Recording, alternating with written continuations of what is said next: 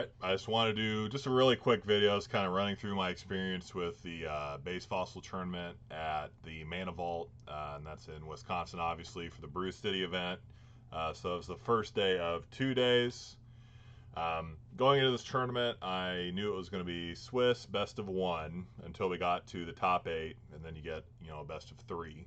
They're also 40-minute rounds, so thinking with that, I knew I wanted to play stall just to kind of have a little bit of a leg up, but I didn't really want to play size stall. So I was thinking grass stall just because we can go aggressive if we need to. I was kind of worried about because the tiebreaker would go to how many prizes were taken, so grass stall can obviously take prizes. I should also probably say that with the 40-minute rounds, honestly, I don't think many games went to time. I mean, obviously there are a few. In my games, though, my opponents were pretty good about keeping a good pace. I think I only got down to 5 minutes left once, and really 40 minutes was pretty good.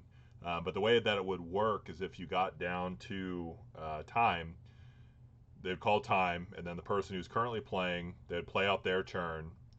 The opponent would play a turn, it'd go back to them, and then back to opponent. So basically, it'd be like time and then 3 more turns, so each person gets an even amount of turns, which I think was a pretty good system. I played around with a couple of different lists that are actually pretty similar. I decided to kind of go with this list that Ruby Retro actually posted as his kind of sleeper pick to win this tournament. Spoiler, that didn't happen, but this is the deck we're running. I'm not going to do a full deck tech, so just to go through what we have in the deck. Our Lickitung here, of course, is just a stall. Our Scyther here can actually utilize the grass energy. So he can do that Swords Dance and come in with a big attack, so a little more aggressive than you usually see with Scyther in these stall decks. Chansey can kind of clean up some big threats with that double edge. Did actually come in pretty clutch in some games, as it turns out. And then Ditto can match up pretty well against some of the creatures that we are weak against and help us out of some tough spots. The rest of the trainer package is pretty straightforward for a stall deck. We are running more plus powers than is typical for a stall deck just because we are a little more aggressive. And we do have the 2 gamblers, which did actually pay off. Maybe surprise some people because most people usually run 1, but we got the 2 in there. All right, so going into our round 1, we get paired against what I call like a Wiggly Mewtwo sort of build. It's kind of like a Psy Stall hybrid, so it's like Psy Stall, but our main attacker is Wigglytuff. I mean, not a bad idea in theory. So we're against Richard, who actually went 3-3 for the day, so not too bad. Right off the bat, he's starting, he oaks, dumps a bunch of resources, oaks again, dumps a bunch of resources, and then hits me with a lass. At this point, I kind of think it's game over. However, Lickitung surprised us. He stepped up to the bat, got in a couple of necessary tongue wraps, held down the fort. We got a Chansey, we powered it up. We came in, started cleaning up prizes, and we were able to take the day. I think eventually kind of got stalled on resources, so we were able to kind of claw our way back in, and we were able to take that win, surprisingly. Going to our second game, I was actually not expecting much Moltres in this tournament, but I was critically wrong. So I opened up against Brandon, who went 4-3 because he got in the top 8, so he got an extra game in.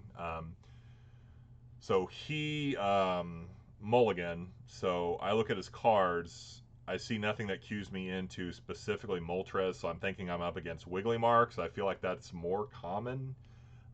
So mistakenly, I do take the extra cards, which I think was a critical mistake. The game proceeded how it does in kind of the stall mirror. He applied some good pressure, so I couldn't just, hold on to my resources too much.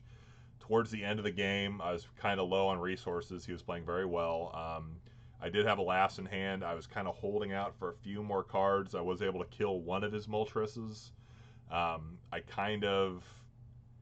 was behind in cards, almost exactly the amount I'd taken from the free draw from the mulligan. I don't know if that actually mattered, but I was thinking about it. But I got greedy, waiting to get a few more trainers. He did actually have the Moltres, which I gambled against and lost, so he brought that in, milled me, and took the day. So I don't know if being less greedy, I might have been able to dig out of it, but it would have been pretty close. Brandon played very well, so that was our first loss for the day. Going into round 3, I was actually paired against other Zach, Colt Classic. He actually went 4-2 for the day like I did, so did very well. He was running a Moltres deck that had an Aerodactyl package. He's usually on some kind of like Brew. There's always some kind of little ruffle to his decks, as it were. So initially, I was kind of on the ropes. I don't think I was drawing very well.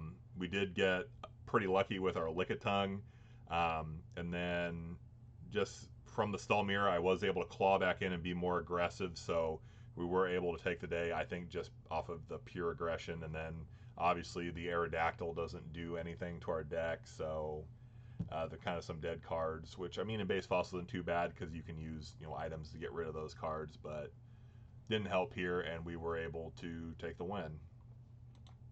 Going on to round 4, we opened into what is like a matchup that I don't think I could ever win. So this was a deck that was running Dodrio, Machop, and Magmar. As you can tell, Magmar is well suited against our Grass Scyther. The Machop's well suited against our colorless Pokemon. And the Dodrio, with them only having 1 retreat cost, you only need to get 1 set up. I think Machop's a little bit underrated, to be honest, with that 1 retreat. I mean, he does only have 50 HP, but he's a beast. So we were against Connor, who went 3-3, did pretty well. As I said, our weaknesses were terrible. He got into the early Drio, and I was like, oh my goodness, this is probably the end. I tried to hold on, but when you're taking 40 damage a turn due to weakness, there's very little you can do, and Connor was able to take the win, obviously. So it was our second loss for the day. Our final round, we were against Moltres again. Somehow I was able to dodge all the Psystall, but I ran into lots of Moltres. I was playing against Mateo. He actually ended up 2-3 for the day. This kind of going that classic stall out. I wasn't able to, take all my prizes.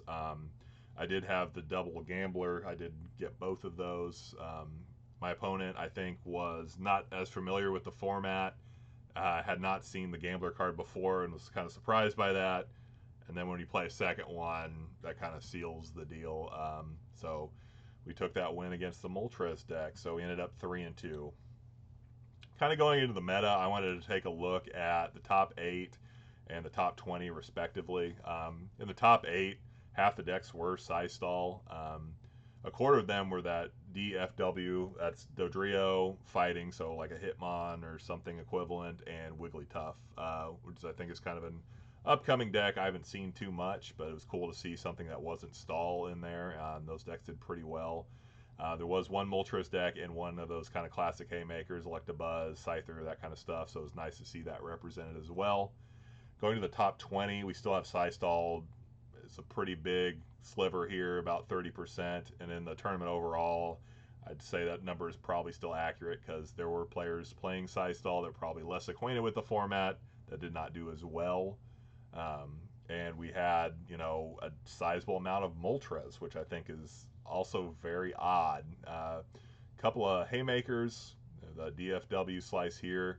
We did have that kind of psychic wiggly hybrid deck here. There was a Charmander, Dodrio, Machop thing going on as well. There was one Rain Dance. There's a Rogue Mewtwo deck. It's kind of Psystall without the stall. Might be interesting to kind of look at. That did fairly well as well. And there is my Grass Stall deck. So Stall is a pretty big sliver of this. So, I mean, fair enough. I mean, it's probably the obvious go-to, but a lot of Moltres. I don't know why that was the case. I don't know if people were looking at Gen Con. I did manage to go undefeated at Gen Con with Moltres, which I think was mostly luck. So I don't know if people were looking at those and thinking Moltres was better than it is. I think it's still good, but it was odd to see that much Moltres because you don't see that on TCG1 or leagues per se. Cap out the end of the day. We did miss the top 8 with the other 3-2 finishers. We actually ended up number 10. I did win these counters in the raffle. I actually had Jason kind of guide me into what the best prize was because I didn't know what to go for. We also had Charman's Master, sorry. He had a lot of opponents sign energy cards for him, so I got one from him and a couple from some of the other guys I was hanging out at the tournament quite a bit. And really, like, everyone I met was pretty great, but I actually ended up hanging out with Cult Classic and Whimsicast quite a bit. He would introduce me to the 210 format, maybe a convert, sorry. We'll see. But we got one there. Super solid dude. Cult Classic Zach, also great. I was with him for most of the tournament. I actually loaned me one of his mats.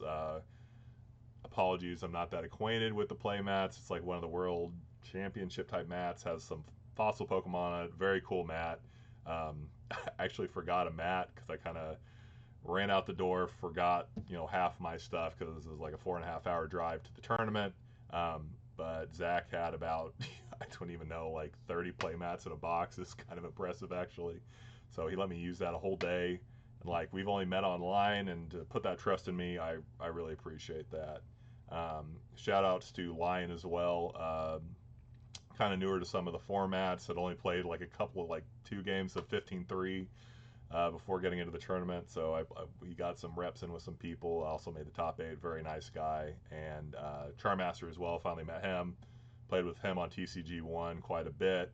And also congrats to Pinecone, another one of the Discord members. Also got in the top 8 on Base Fossil. I might make a video on the 15-3 later, but mostly talking about Base Fossil right now. Side note, if you are somehow here and not on the Discords, check out the TCG1 Discord. I'll put a link below. I'll put a link below to the Pokemon 1999 Discord. You can find some good, helpful people there. And like most of the people I meet in this hobby are solid, very solid. And also put a link to Cult Classics write-up. He did a great little write-up, awesome pictures, had like a tripod and everything. So I'll put a link to that below as well. It's definitely worth a read. And yeah, keep playing Pokemon, brother.